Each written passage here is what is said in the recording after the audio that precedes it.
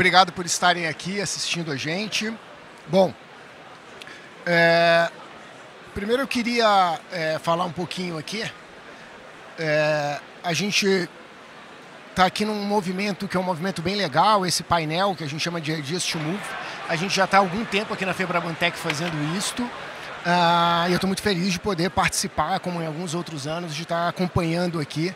E aí com dois feras aqui do meu lado. Mas eu quero dar alguns recadinhos que eu acho que são importantes, como lembretes iniciais. Todo esse conteúdo que a gente roda aqui no palco Ideas to Move, depois ele está disponível no modelo de podcast da ClearSale, que a gente chama de ClearCast, nas semanas seguintes do evento. Então acho que legal aqui para quem quiser assistir de novo ou indicar para os amigos, eu acho que é bem interessante, tá? Então acompanhem nas redes sociais, a gente gera também alguns recortes aqui para vocês. Bom, para fechar esse dia aqui, a gente traz um tema que acho que é um tema que esses três, acho que muitos de vocês acompanham, a gente gosta muito de identidade digital reutilizável.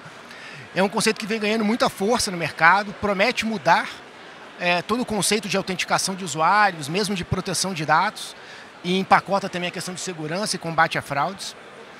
A ideia ela pode parecer muito simples, mas ela é extremamente poderosa, de fato. Tá? Ela permite que o usuário controle os seus dados e, a partir disso, ele consiga ter jornadas com segurança embutida.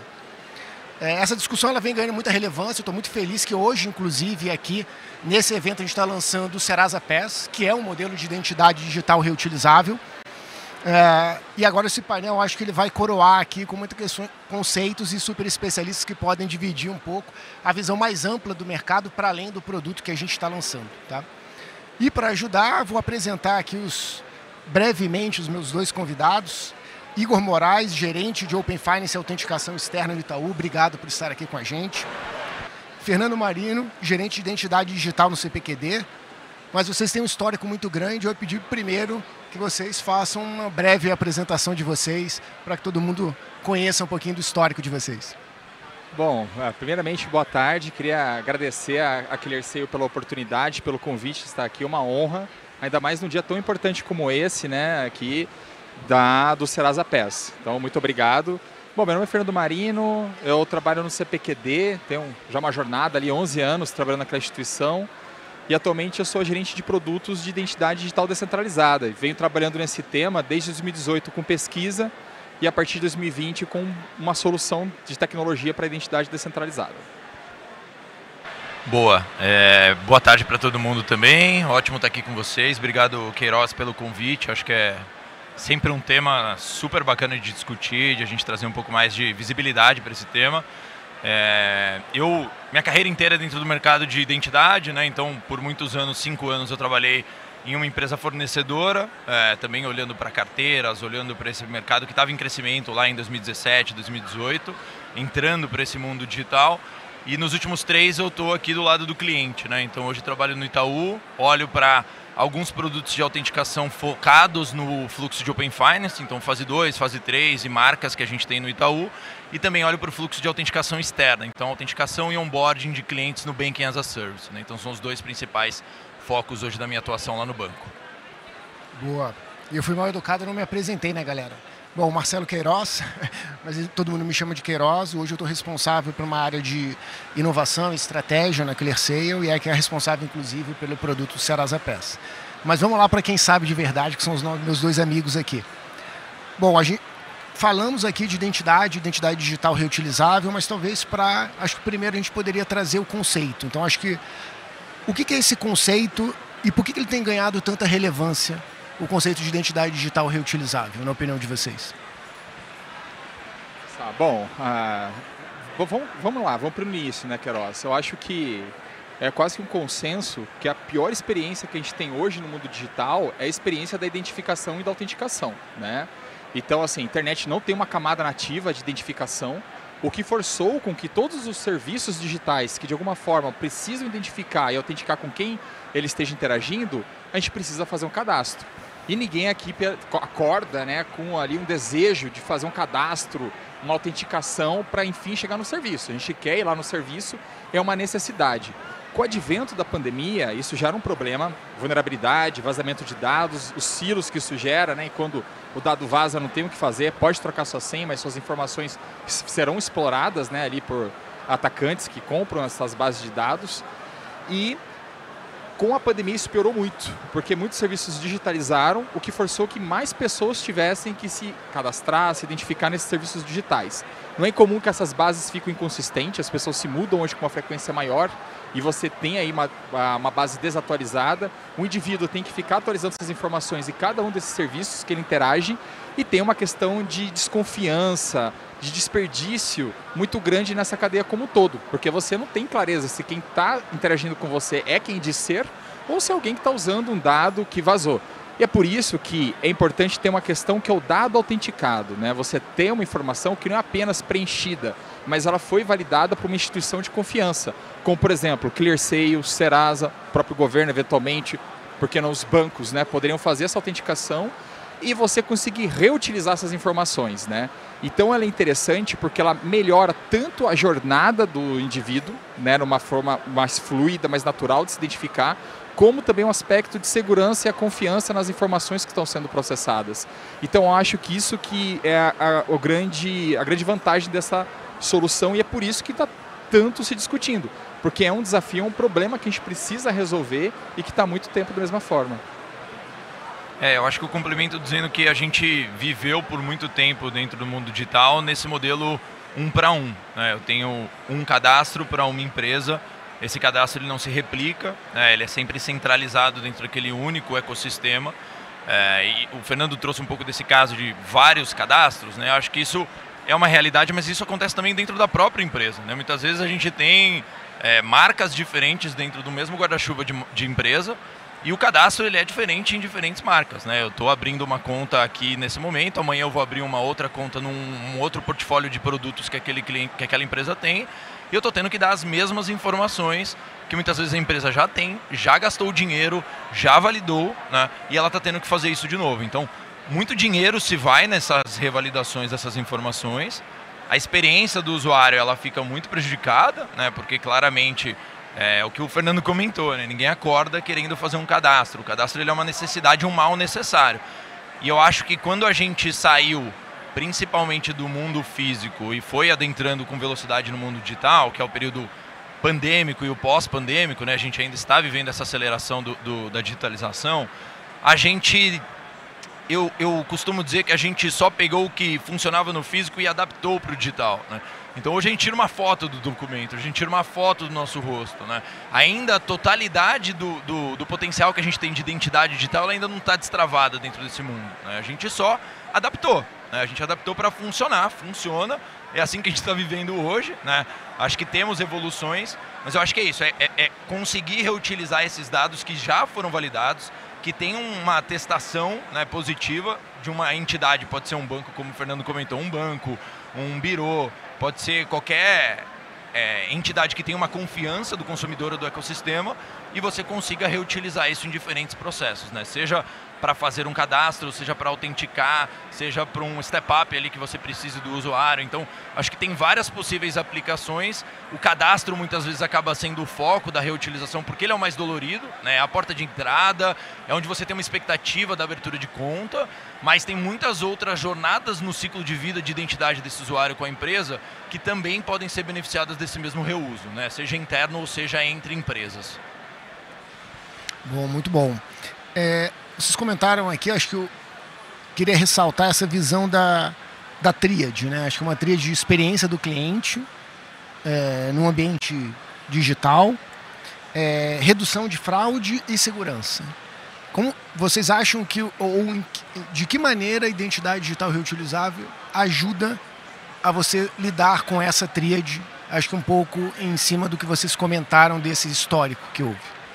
Eu acho que, partindo do conceito de uma identidade reutilizável, eu ter um armazenamento seguro dessas informações. Hoje a gente vem tangibilizando isso muito pelas wallets, né? Seja uma wallet pública, ou uma wallet de uma Big Tech, ou a própria Serasa. Eu acho que isso traz para o usuário um controle maior dessas informações, né? Acho que a gente, como usuário de serviços digitais, a gente vem fazendo há muitos anos N cadastros, né? cadastros que vocês usam com frequência. Então, puta, todo dia eu faço uma compra, todo dia eu acesso a minha conta bancária e você tem um tracking das informações que você está disponibilizando para aqueles serviços. Mas tem cadastro que a gente faz uma vez pela necessidade do uso e nem sabe como essa informação é armazenada, nem sabe para que ela vai ser usada, se eventualmente ela vai ser comercializada para terceiros, para anúncios, para prevenção à fraude, para qualquer outro tipo de outro uso, senão aquele uso específico que você consentiu no momento da abertura de conta, né? Então acho que partindo desse preceito, você traz o controle para quem realmente deveria ter o controle, que são minhas informações, então eu deveria manter o controle das minhas informações.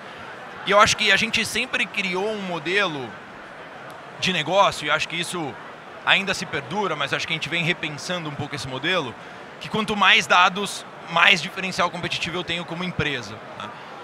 E eu acho que a identidade reutilizável ela começa a mudar um pouco esse conceito, porque não necessariamente eu preciso de mais dados, eu preciso de dados validados, eu preciso de dados com confiança, eu preciso de uma informação que eu consiga usar isso de uma forma mais inteligente, né?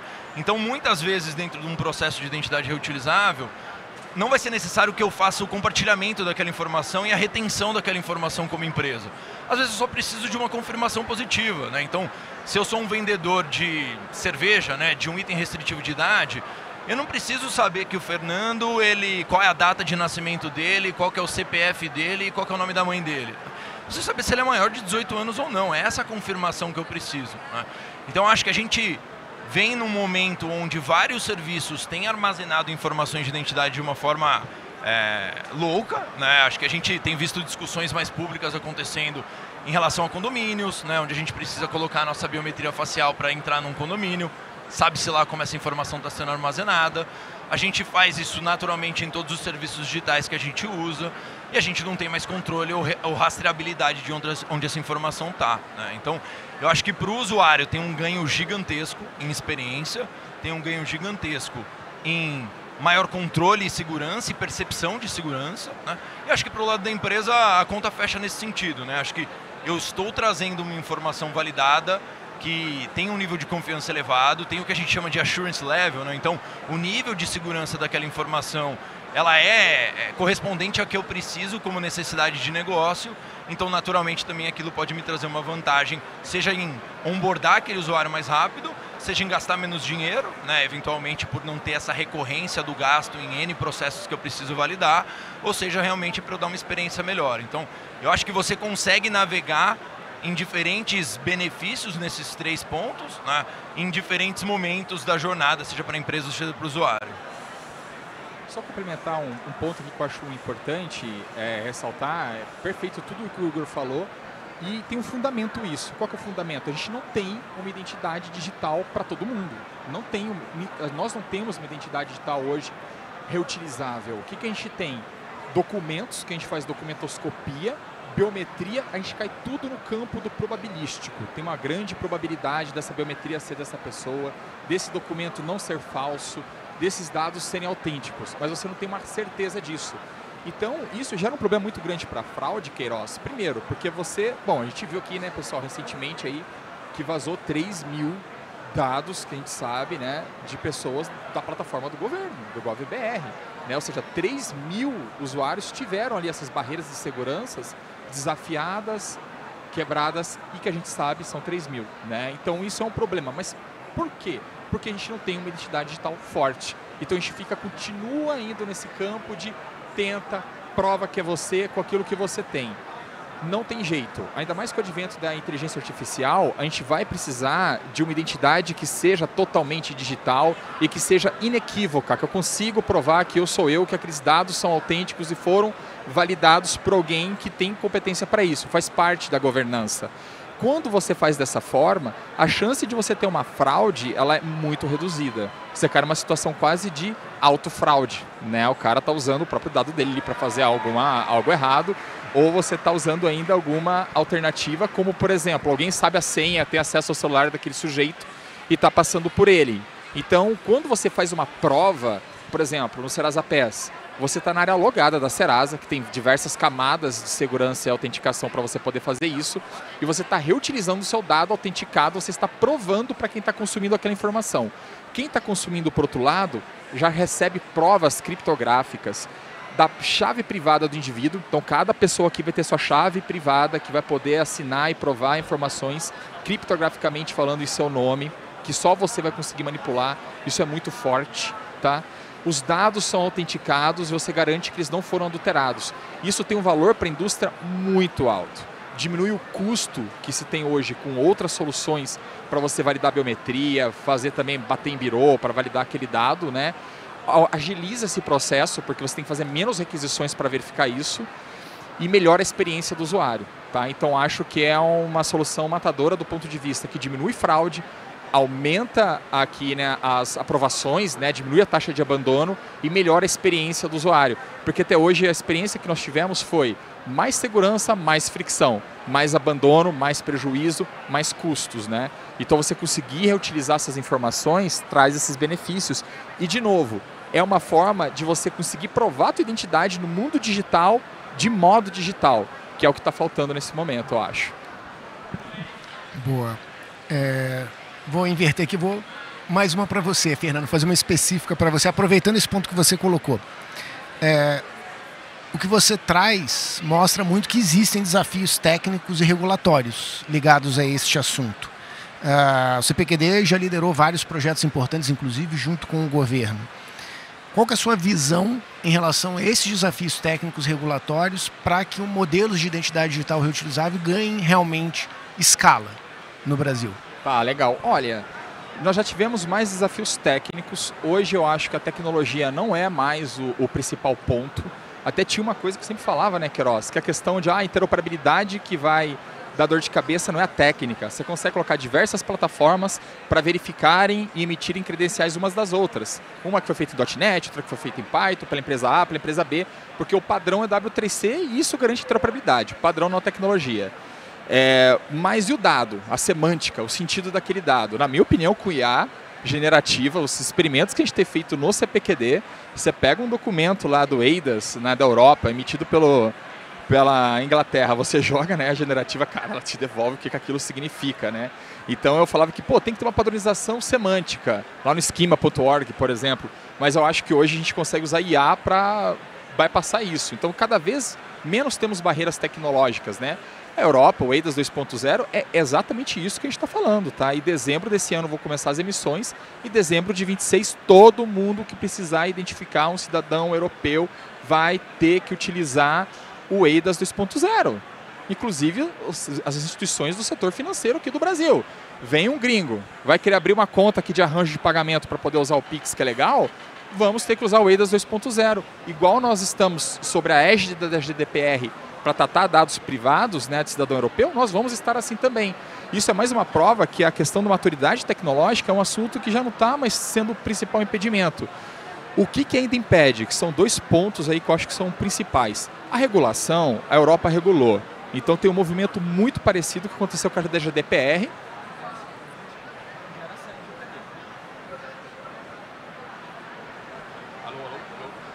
Obrigado, Igor.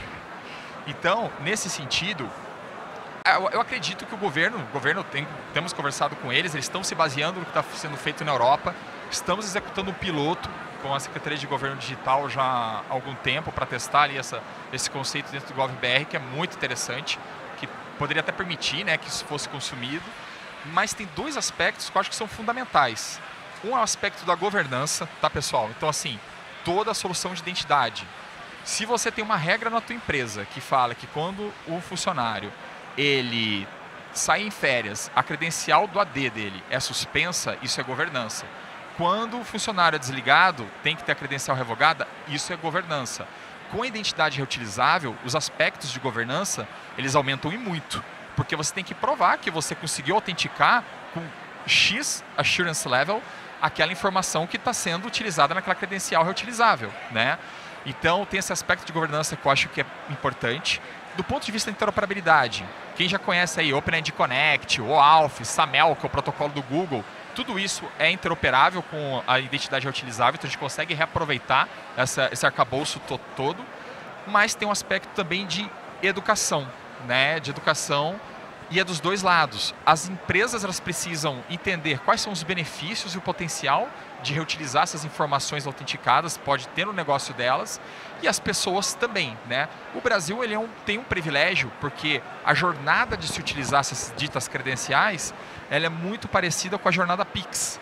Então, o Pix evangelizou muito o cidadão a ler um QR Code para fazer uma compra. Ler um QR Code para se identificar, igual o Pix. Ele lê também ali para se autenticar, para se identificar, para compartilhar suas informações, né? Isso é um aspecto, quando a gente conversa no âmbito internacional, a gente vê ainda uma fricção, porque nem todo país já está com a sociedade habituada a fazer transações com uma jornada tão próxima como essa que a gente está fazendo. Mas esse aspecto de governança, e aí tem que ter padronização, tá, pessoal? Teve até um evento que a gente participou, que é uma frase que eu sempre coloco, que é: a estratégia da identidade é da instituição, mas tem regras, tá? Então, por exemplo, né, na Fórmula 1, você tem um bólido de Fórmula 1 que tem determinados compostos que podem ser utilizados, a largura do carro, etc. Os aparatos de aerodinâmica é da escuderia ali que está fazendo o veículo, mas o motor tem que ser também dentro daquelas limitações, daqueles padrões. Identidade é assim, tá? Você também tem que seguir esses padrões. E tem um atraso nas instituições em termos de atualizar a governança dela, de olhar para isso, como que está sendo tratada a identidade de funcionários, de fornecedores externos, né? Tem uma parte aqui do cargo do Igor que é importante, que é controle de acesso externo, né? Como que é feito? É tudo no mesmo silo de identidade? Não façam isso, segmentem, né? Então as empresas precisam revisitar isso para poder extrair todo o valor da identidade, senão você acaba tendo um elo ali fraco que acaba prejudicando o bom uso dessas informações. Perfeito. Igor, o Itaú, nesse cenário, ele tem uma base massiva de clientes. E com certeza uma responsabilidade muito grande com eles em relação tanto à segurança quanto à conformidade com as questões regulatórias e de governança. Como é que você enxerga o papel de um banco tradicional nesse fluxo tanto de adoção como de promoção de identidades digitais reutilizáveis? Acho que essa é uma ótima pergunta, Queiroz, porque eu costumo falar que o banco ele pode ser o que ele quiser dentro desse ecossistema. Assim, acho que é um pouco do que você comentou. O banco hoje tem milhões de clientes, né, principalmente os grandes tradicionais. A gente concentra informações de clientes, de uso, de histórico financeiro. Acho que ultrapassa até um pouco só o escopo da informação cadastral de identidade. E isso é bom e ruim, né? Acho que é bom porque, de fato, isso cria possibilidades, modelos de negócio, isso cria oportunidades dentro da estrutura financeira para que a gente consiga navegar essa inovação. Ao mesmo tempo que isso pode ser um desvio de foco, né? Se eu posso ser tudo, mas não sei o que eu quero ser, é difícil também eu escolher qual caminho que eu vou seguir, de que forma que eu vou me aproximar desse mercado. Para um banco como o Itaú, né? Como é que eu vou movimentar toda a engrenagem da instituição para que todo mundo esteja com o mesmo entendimento do que é a solução e do que de fato ela pode trazer de benefício, seja financeiro, seja de relacionamento com o usuário, seja de principalidade, que é uma palavra que a gente vem falando muito dentro do mercado financeiro.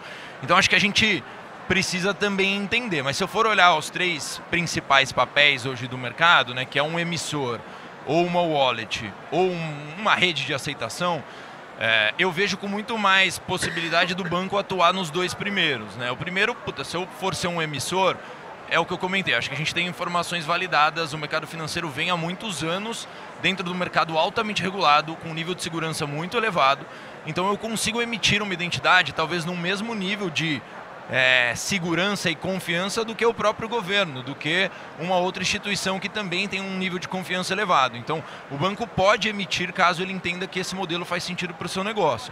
Como uma wallet, a mesma coisa, né? Eu posso tornar o nosso aplicativo como uma wallet para armazenar, seja as minhas próprias informações e eventualmente isso ser um modelo de negócio onde, vamos pensar que cria uma conta usando a conta do Itaú, ou para armazenar outras informações, né? Acho que o banco não tem todas as informações possíveis sobre você. Eu posso também começar a armazenar informações de veículo, posso armazenar outras informações que eu não tenho esse mesmo nível de segurança, endereços, né? Que são informações que a gente sabe que tem um alto dinamismo, né? Tem informações mais estáticas, tem informações mais dinâmicas e que nem sempre o banco tem essas informações todas atualizadas. Se vocês entrarem no app de vocês, com certeza vai ter algum dado lá que está desatualizado, né? Como uma rede de aceitação, eu acho que aqui o espaço ele é um pouco mais complexo, né? Porque eu vejo um banco aceitando uma identidade de outro banco, né? Vejo o banco aceitando uma identidade do governo, mas dificilmente eu vejo um banco aceitando uma identidade de um setor menos regulado, né? Um setor que tem um nível de segurança menor. Porque, putz, será que faz sentido eu assumir o risco desse outro parceiro dentro do meu processo de onboarding, se não necessariamente o nível de segurança é o mesmo ou equiparável? Então, acho que aqui é um pouco mais complexo, mas eu acho que, dependendo do qual caminho os bancos decidam tomar, eu acho que a gente tem um potencial de alavancar muito o mercado, né? Se a gente for olhar, então vamos pegar aqui os 6 maiores bancos do país. Provavelmente a gente está falando de quase a totalidade da população economicamente ativa, né? O que é surpreendente. Acho que esse é a faísca que o mercado de identidade precisa. A gente vive hoje dentro do mercado de identidade, principalmente ecossistemas de wallets e reutilização de dados, o problema do ovo e da galinha, né? Quem que vem primeiro? Eu tenho mais usuários dentro desse produto ou eu tenho empresas que aceitam essa identidade? Se eu não tenho ninguém, provavelmente ninguém quer estar lá, né? Eu não vou conseguir trazer empresa se eu não tenho usuário e vice-versa, né? Quando os bancos optam por estar nesse mercado, provavelmente eu resolvi um lado da equação, né? O outro lado ele vai se tornar muito mais propício a estar ali aceitando essa identidade do que se de fato não tivesse ninguém, né? Por isso que eu até acredito que uma iniciativa bancária ela deveria ir num caminho conjunto, né? E não o Itaú sozinho, o Bradesco sozinho, o Nubank sozinho. Eu acho que precisa ter um coverage grande da população para que de fato eu consiga rapidamente resolver essa questão, né, de falta de usuários, ou usuários verificados dentro desse ecossistema. Eu acho que tem mais 2 pontos importantes que os bancos também precisam se atentar, e eu acho que é um papel importante que também, uma vez escolhendo ir para esse mercado, a gente precisa ter um pouco de atenção. Acho que o primeiro é o que o Fernando comentou, né? Se a gente vai para esse mercado, qual que é o protocolo que ele vai ser seguido, né? Eu acho que não faz sentido o Itaú fazer de uma forma, o Bradesco fazer de outra, o Nubank fazer de outra, e na hora que isso vai se juntar, ninguém conversa com ninguém, né? A gente acaba criando vários ecossistemas cilados que nunca vão se conectar. Então acho que é importante ter uma definição mais clara, e aqui pode ser uma definição do próprio mercado privado, pode ser uma definição do regulador, pode ser uma definição do governo, para entender quais são as regras do jogo, né? Eu acho que a partir do momento que existem essas regras do jogo, o risco diminui, empresas maiores se tornam mais propícias também a entrarem nesse mercado com menos medo, vamos dizer assim, né? O risco é muito menor para o negócio, seja financeiro, seja de relacional ou qualquer outro tipo de risco que possa existir. Então acho que isso ainda falta dentro do mercado brasileiro. Acho que a gente ainda não tem isso muito claro. A gente não sabe muito bem como é que a governança aqui vai funcionar de um ecossistema como esse. Então eu acredito que está todo mundo meio, sabe, eu quero entrar, mas eu não sei se a piscina está quente ou está gelada, né? Então acho que a gente está um pouco nesse contexto.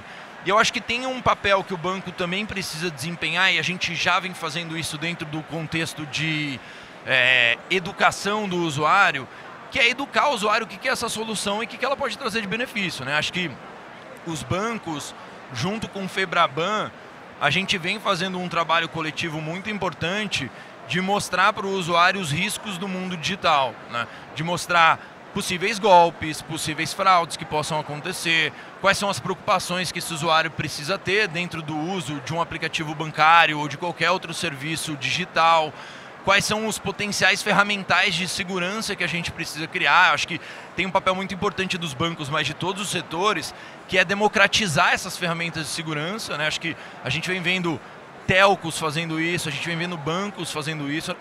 Dificilmente eu vou cobrar por um serviço de segurança, eu preciso dar esse serviço de segurança, eu preciso fazer com que isso seja um padrão, né?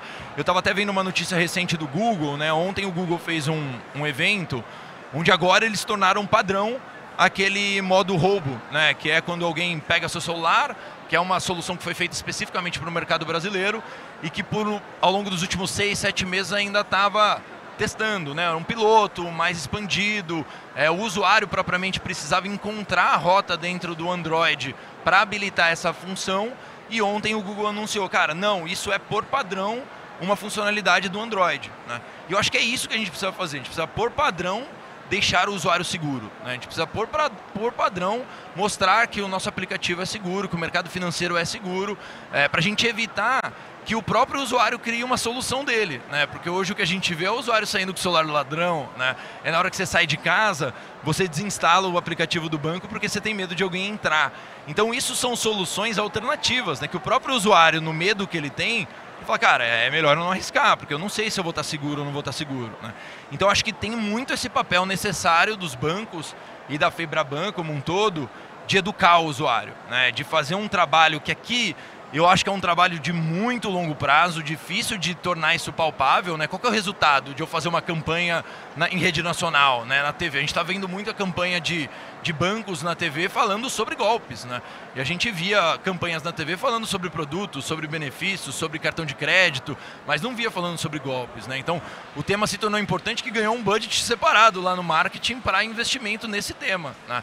Então, eu acho que tem esse exercício, ele é um trabalho um pouco ingrato a longo prazo, difícil de mensurar, mas ele é necessário, né? Provavelmente sem ele a gente também não vai chegar muito longe dentro desse tema. Só fazer um complemento. Parou de novo, né? Tá funcionando? Vocês estão me ouvindo? Maravilha. Vou fazer um complemento no que o Igor falou, que eu acho importante, nessa questão do padrão, que eu concordo com ele. Teve uma notícia recente, o Google lançou na última versão do Android, em produção, uma carteira para você poder armazenar suas credenciais verificáveis nela. Então, por exemplo, o aplicativo do Serasa Pass, ele vai poder armazenar essas credenciais diretamente no Google, no padrão que já está, na área segura que o Google colocou para isso. Então, assim, essas Big Techs deram um passo nesse sentido de falar, gente, ó, esse aqui vai ser o padrão. Né? No momento que uma Google coloca no Android um recurso nativo para o armazenamento seguro de credenciais de múltiplos aplicativos, então, por exemplo, né, o banco vai poder injetar as credenciais dele lá direto nesse mesmo compartimento, assim como a Serasa, Clear, etc. Tá? Então, esse aspecto de padrão, eu acho que a gente já tem uma visão assim, do que está sendo adotado. Olha para a Europa, essa dica. Olha para a Europa ali, porque a gente vai para o mesmo caminho, né? E eu também concordo que a gente passou por muito tempo uma questão de dor de ovo e da galinha. Eu acho que talvez ali, né, estou fazendo uma provocação sadia ali para as IFs, para os bancos, isso ainda se torna em realidade.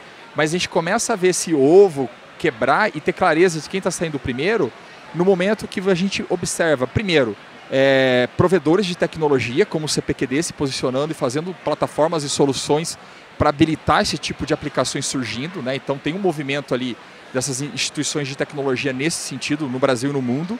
Segundo, uma ClearSale começar a emitir credencial, falar para as pessoas, olha, toma o controle dos seus dados e reutilize isso com segurança no ecossistema dela, é muito forte. E a vinda da Serasa, eu acho que o ovo quebrou, ficou claro ali quem que saiu. Né? Agora virão os verificadores, porque não faz sentido eles entrarem sem ter os usuários. Tem uma base gigante hoje, né? De repente, do dia para a noite, a gente tem o aplicativo da Serasa com potencial enorme de habilitar isso, emissores fortes e um mercado ávido para isso que está sofrendo muito, o varejo. Tem empresas grandes que entregam hambúrguer na casa das pessoas. E para vender um hambúrguer não dá para pagar R$20 para validar informações e biometria do usuário. Não se paga. Qual que é a alternativa? Que alternativa que fica para a indústria? Essa que é a pergunta. Né? Para conseguir fazer esse negócio com segurança. Vamos vender uma BIC no mundo digital? Talvez hoje a gente não consiga comprar uma caneta, não porque vender uma caneta não compensa, mas verificar se você é quem diz ser não compensa. Entendeu? Então tem muito dinheiro parado nisso, né? Então a gente vai começar a ver esse movimento de cada vez mais a gente facilitar a vida dos bons pagadores, dos bons compradores e dificultar a vida dos fraudadores. Porque esses caras eles estão se digitalizando. E a questão até da gente fazer propaganda de golpe, de fraude, é importante para a educação, concordo, mas é evidência de que a gente não tem solução digital à altura para esse desafio. Porque aquele tempo de televisão que é caríssimo poderia ser utilizado para ofertar serviço, para ofertar facilidade e para como que o cliente consegue, né, se apropriar das soluções das instituições, não só dos bancos, estou falando de todos, né? E Telco também está sofrendo muito com isso, para outros fins do que não esse, né? Eu acho que com esse tipo de solução a gente vai começar a colocar aos poucos algumas pedras em cima desse tipo de fraude. Boa. Bom, acho que vocês reforçaram muito uma visão que é uma visão importante de ecossistema, né? Então, quando a gente está falando de identidade digital reutilizável, a gente está falando de um modelo de ecossistema. Então, tem um modelo de ecossistema que eu tenho múltiplos segmentos, tenho diferentes tipos de instituição, empresas de tecnologia, bancos, reguladores e o próprio usuário final fazem parte desse ecossistema. E vocês reforçaram essa visão de governança, da importância da governança e dos diferentes modelos ou tipos de atuação que cada player pode ter neste mercado. Eu vou puxar um pouquinho uma sardinha aqui para o nosso lado. Você comentou do Serasa Pass. A gente lançou o Serasa Pass, né, na Febrabantech. E tem um ponto importante que eu queria aproveitar a leitura de vocês, né, super estratégico, essa visão ampla que vocês têm do mercado, em relação justamente a esse conceito. Vocês reforçaram o conceito, que é um conceito do ovo da galinha, o mercado de dois lados. Então você precisa ter muitas empresas que aceitem. Para ter muitas empresas, você tem que ter tem que ter um número muito grande de adotantes, né, dessas tecnologias. A gente acha que também está quebrando essa barreira, é verdade. Então, por exemplo, o aplicativo Serasa tem 100 milhões de usuários.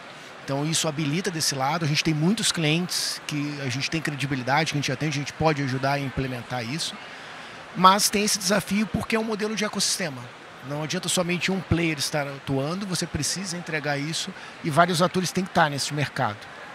Na visão de vocês, então, olhando e aí aproveitando esse olhar de vocês, o que torna viável uma solução como o Serasa Pass ou outra que seja um identificador que consiga, de fato, operar dentro do ecossistema? O que destrava e habilita, de fato, soluções desse tipo para poder operar no ecossistema?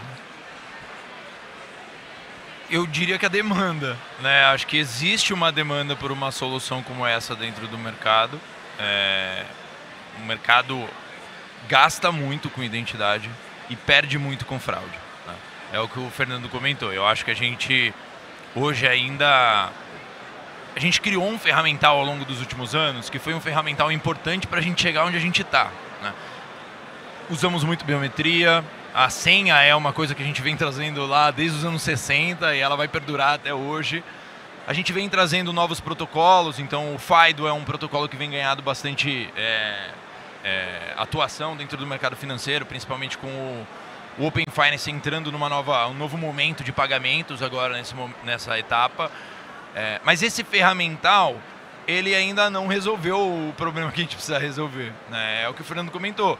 Muitas vezes esse ferramental ele vai trazer muito atrito dentro da jornada, né? Então, biometria é um ótimo fator de segurança. O nível de segurança da biometria é altíssimo. Mas, quem aqui gosta de ficar tirando biometria, principalmente quando você está fora de casa, né? Você está ali na frente do caixa, vai pagar alguma coisa, tem que tirar uma biometria. Aí ela vai você lá com vergonha na frente ali, né? A fila toda esperando até você sair, conseguir pagar. Então, a tecnologia muitas vezes ela entra na nossa jornada num momento super inconveniente, né? Para suprir a necessidade da segurança, mas ela traz muita dificuldade da experiência para quem é o bom pagador, para quem é o bom usuário, né? E às vezes, muitas vezes, quem é o fraudador está passando ali, né, nos buracos. Eu até brinco que eu falo que os fraudadores são bons porque você não é bom no seu trabalho, Queiroz. O cara é o trabalho dele, né? O trabalho dele é fraudar, então ele vai ser bom no que ele faz, né? Então a gente tem um mercado de fraude muito desenvolvido e um mercado que está em plena ascensão, né? A gente vê cada vez mais empresas, quando a gente olha relatórios de mercado, a gente vê o relatório da Febraban mesmo, né? Fala que a gente está investindo valores recordes em ferramentas de segurança, em ferramentas de identidade. Ao passo que a gente olha para o outro lado e a gente está tomando fraudes em valores recordes também no mercado. Então parece que as coisas não se conversam, né? Então eu acho que o ferramental de hoje, ele foi o ferramental que criou a ponte de madeira para a gente passar o rio durante a pandemia, né? Que foi quando o mercado deu uma acelerada digitalmente. A gente falou, cara, pelo menos eu não vou me molhar, né? Mas isso não é suficiente para vir um carro, né? Se um carro passar nessa ponte agora, a ponte vai quebrar. Então acho que a gente precisa fortificar essa ponte para garantir de fato que a identidade ela seja melhor trabalhada. Eu acho que o que o Fernando comentou de uma identidade digital, a gente ainda não ter uma identidade digital é uma verdade, né? A gente não tem uma identidade digital. A gente tem uma adaptação da nossa identidade física para o mundo digital e ela ainda é muito fragmentada dentro de todas as interações digitais que a gente tem. Então, eu acho que existe demanda, existe uma necessidade do mercado que ainda não foi atendida, né? Eu acho que por muito tempo, e talvez acho que é um pouco desse momento que o Fernando comentou, onde o desafio ainda era técnico, que a gente não sabia como resolver. E a gente veio tecnologia pela tecnologia. Então Então a gente foi empurrando tecnologia para ver se aquilo fazia sentido ou não. Não acho que estamos mais nesse momento, eu acho que a gente já superou essa discussão.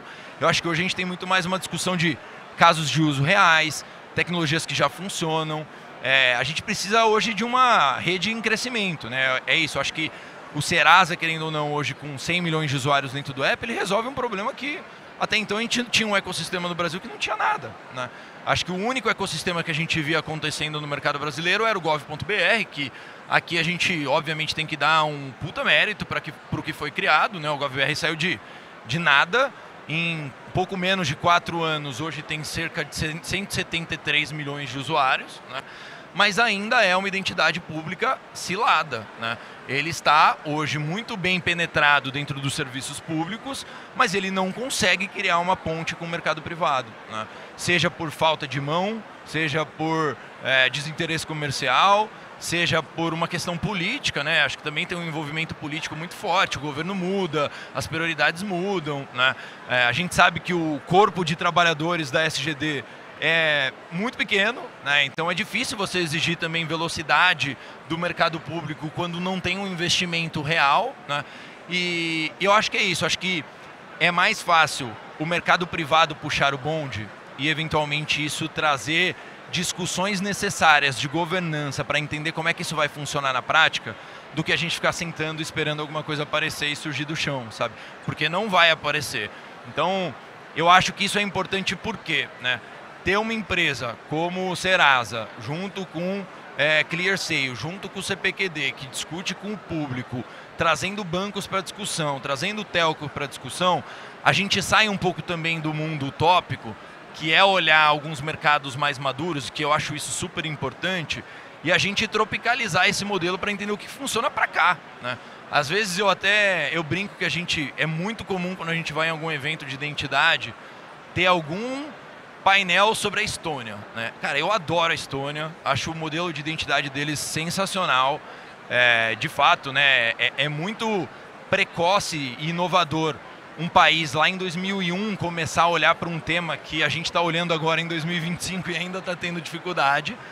Mas sempre o que me vem na cabeça é, puta, cara, os caras têm 2 milhões de cidadãos, a gente tem 220, né? Como que eu vou fazer aquilo funcionar aqui se 2 milhões é menos, talvez, do que alguns bairros que a gente tem aqui em São Paulo, né?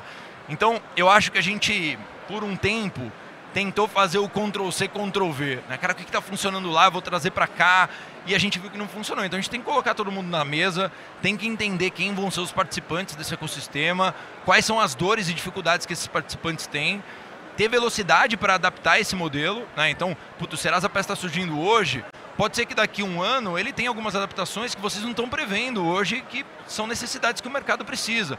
Então eu acho que a gente precisa colocar a caldinha de jabuticaba dentro desses modelos para entender como é que esses ecossistemas de identidade funcionam pro nosso contexto, né? Nosso contexto ele é muito específico, a gente é um mercado muito populoso, com muita fraude, né? Eu até brinco que às vezes a gente faz benchmarks com alguns bancos, né? Esse tempo atrás a gente estava conversando com um banco da Austrália, e a gente estava comentando para eles sobre o golpe do aniversário, né? Que é o golpe, né, que a pessoa vai lá na sua casa, entrega um presente, eventualmente passa a maquininha ou tira uma selfie para tentar burlar a biometria. E os caras não entendiam o que era aquilo. Cara, por que alguém faz isso? Né? Por que essa fraude acontece? Eu falei, cara, porque é assim. E é isso, e quando a gente resolve essa fraude, surge uma outra. E quando a gente cria travas, o cara vai num outro dia. Então, a gente tem um mercado de fraude muito adaptável, então a gente também precisa de um ecossistema de identidade que seja tão adaptável quanto o mercado de fraude é. Se a gente criar algo muito engessado, muito preto no branco, muito provavelmente a gente vai acabar nadando para morrer na praia. Então acho que o que cria todo esse contexto é a particularidade que o Brasil tem, a necessidade que a gente tem de negócio, é a digitalização, mas a gente precisa fazer isso com flexibilidade, senão a gente vai morrer na praia. Só um ponto que eu acho importante reforçar, que o Igor colocou, e eu concordo muito com a questão do contexto, tá, gente? Eu acho que essas coisas convivem, né? Eu acho que a gente tem que tropicalizar sim com o jabuticaba, mas, pelo amor de Deus, não vamos quebrar o padrão, porque senão a gente não vai conseguir reutilizar fora, tá? Então, por exemplo, contexto, tem identidade do governo, tá? A identidade do governo, ela tem um principal fundamento ser público, né? Então, eu vou querer utilizar, por exemplo, uma viagem internacional, apresentar meu Mobile Driver's License, né? Tomara que seja esse o padrão. e ele conseguir ser verificável na Europa. E vice-versa, o europeu chega aqui e consegue ser verificado, né, aqui no Brasil usando a identidade dele. Mas é tudo num contexto público, de Estado, reparem. Quando você surge com uma credencial, por exemplo, como o Serasa PES, talvez o Serasa PES ele não seja aceito na alfândega.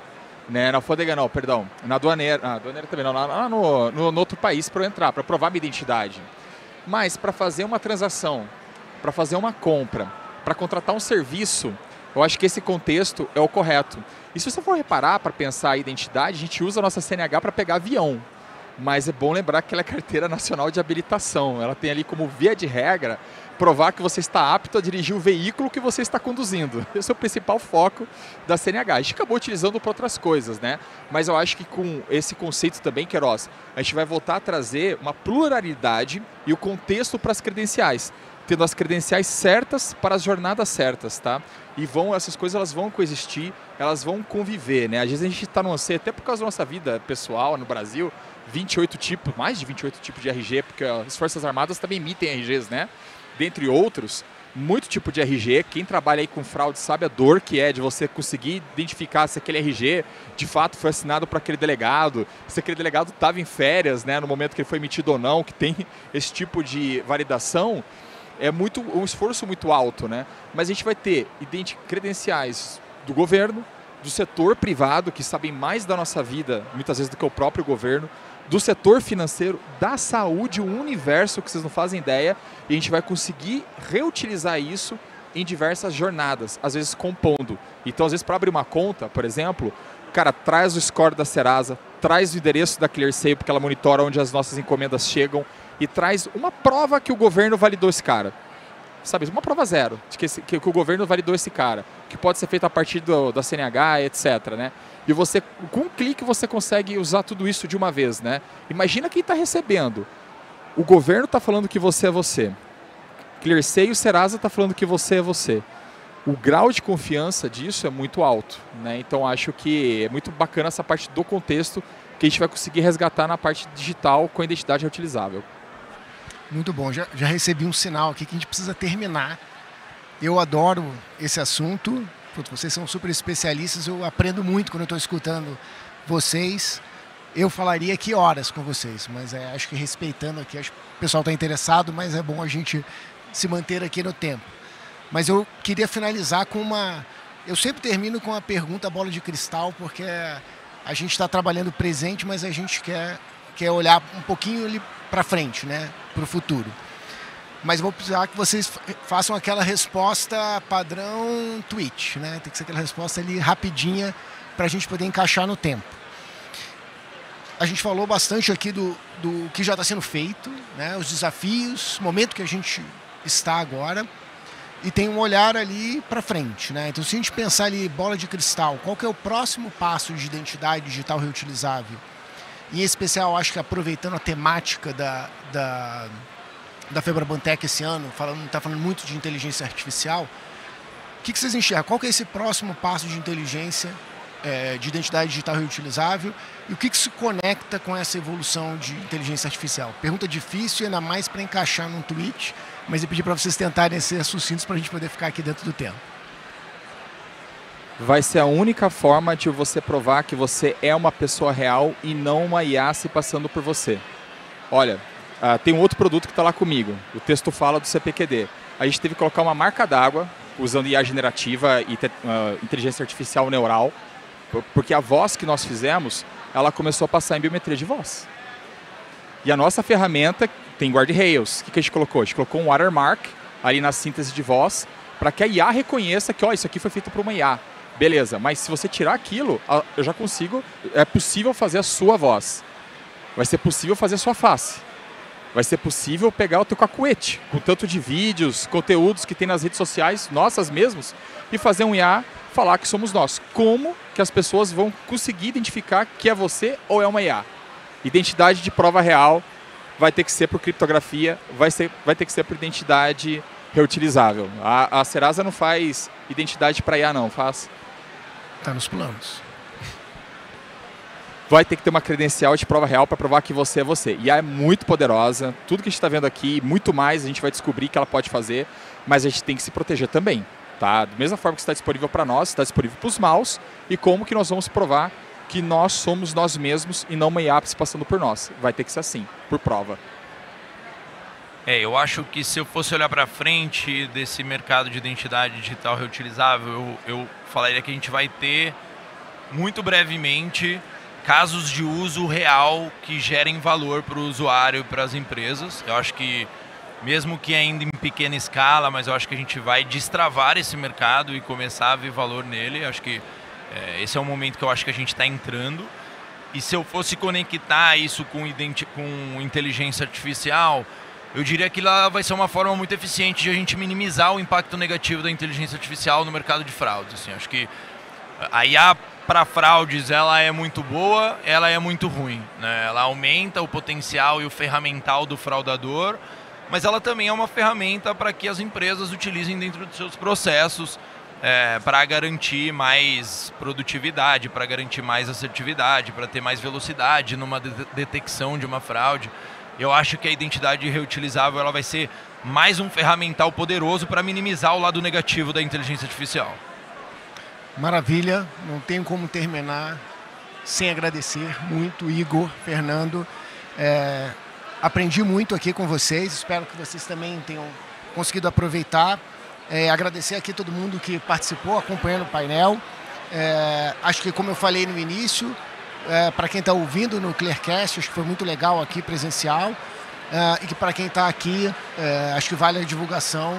Lembrem, depois isso aqui vai estar disponível no Clearcast. Fiquem ligados, temos ainda programação para amanhã também. Venham participar, a gente tem muito conteúdo aqui. De novo, obrigado. Valeu, pessoal. Boa feira. Valeu, turma.